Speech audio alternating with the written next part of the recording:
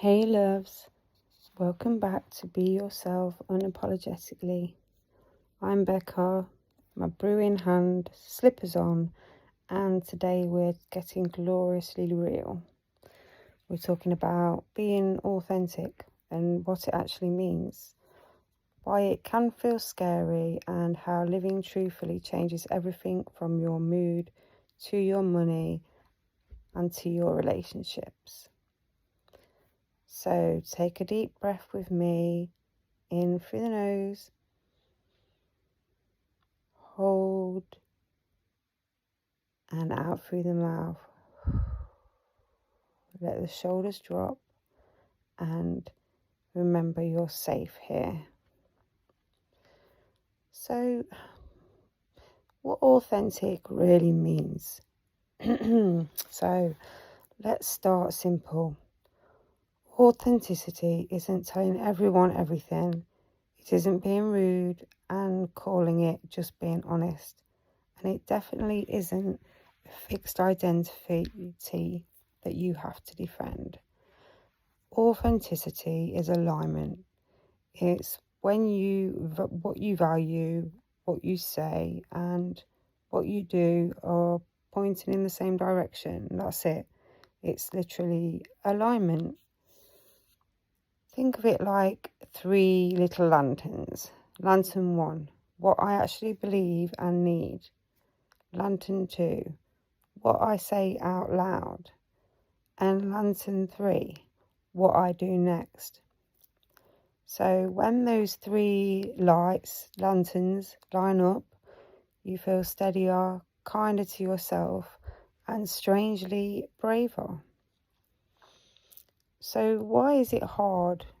And it's not because you're broken. So if authenticity is so lovely, why do we avoid it? It's because most of us were trained out of it.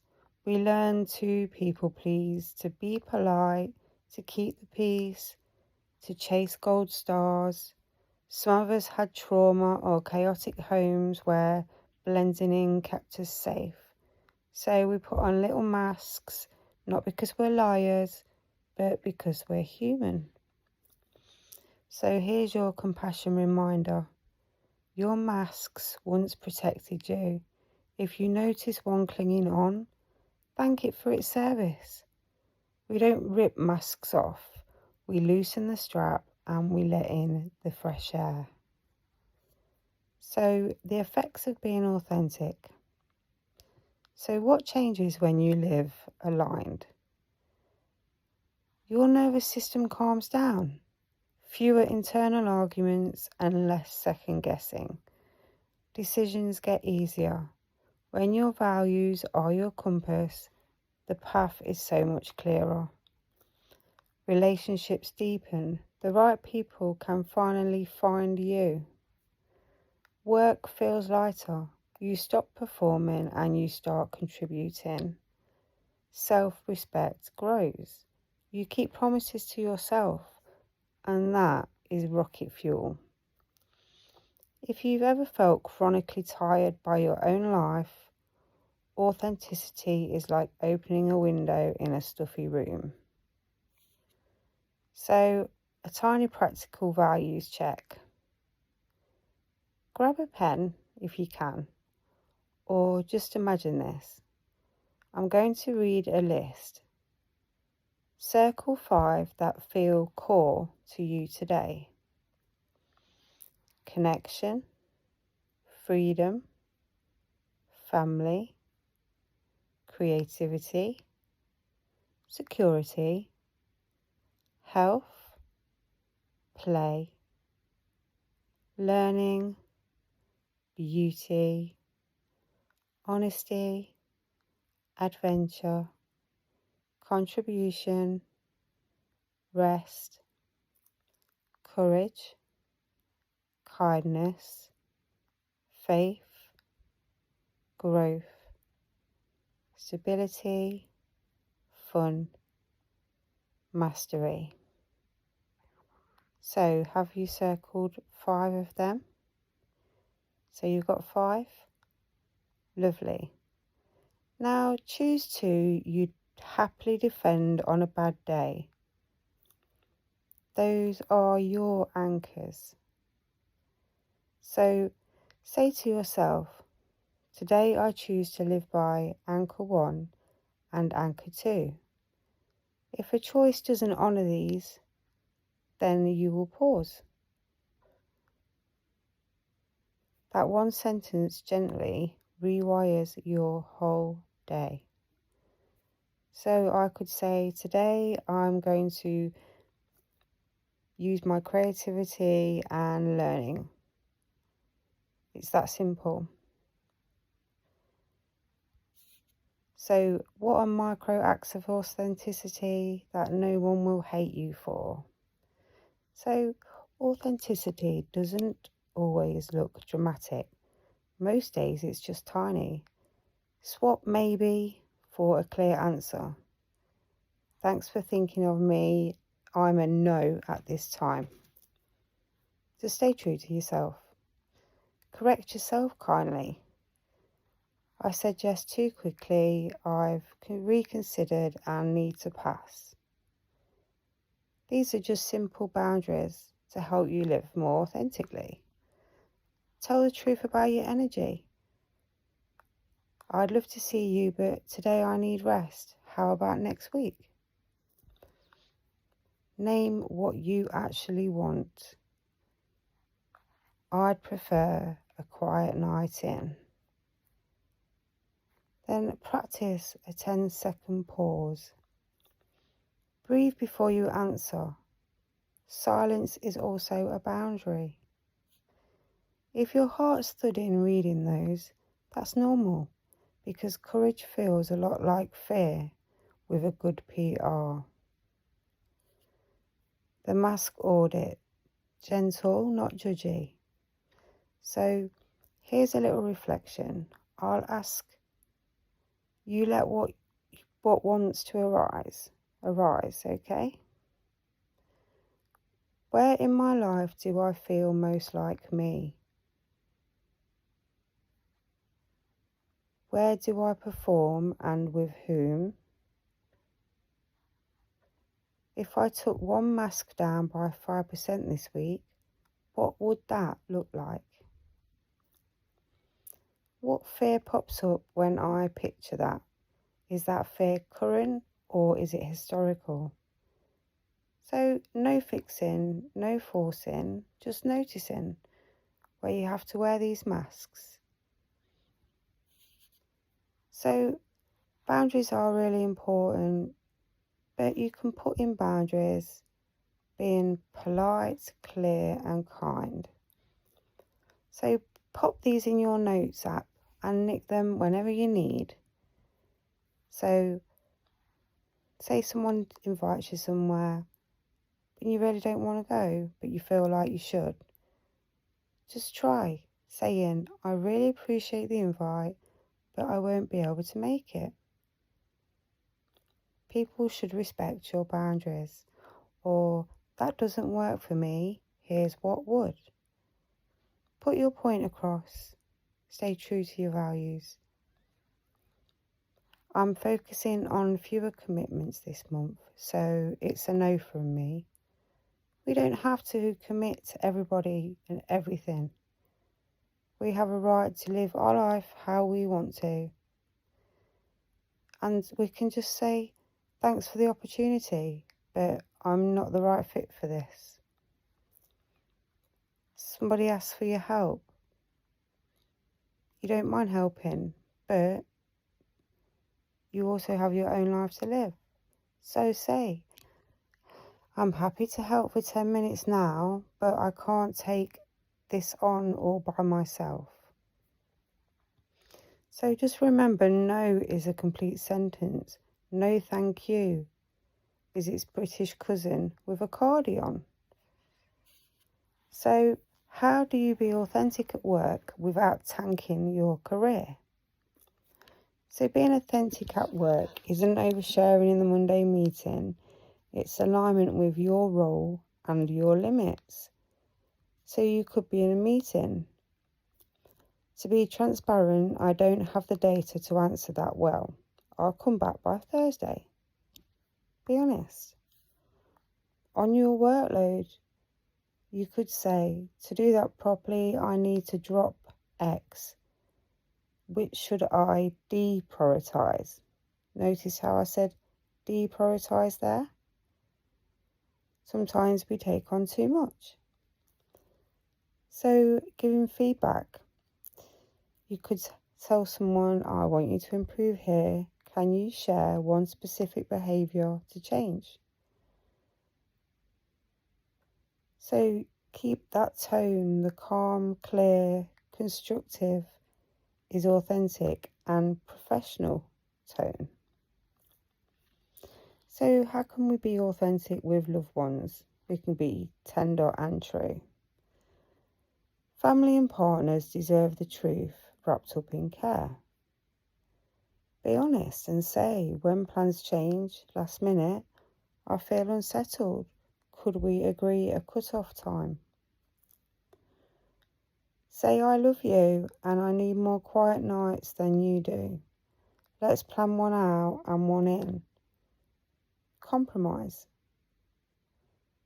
I'm working on not people pleasing. If I wobble, thanks for being patient. Because how many of us do actually people please? You know, we've spoken about this before. It's surprising how when you let go of other people's responsibilities, you realise they weren't yours to deal with in the end, and you feel a lot lighter for it. So honesty without blame is intimacy.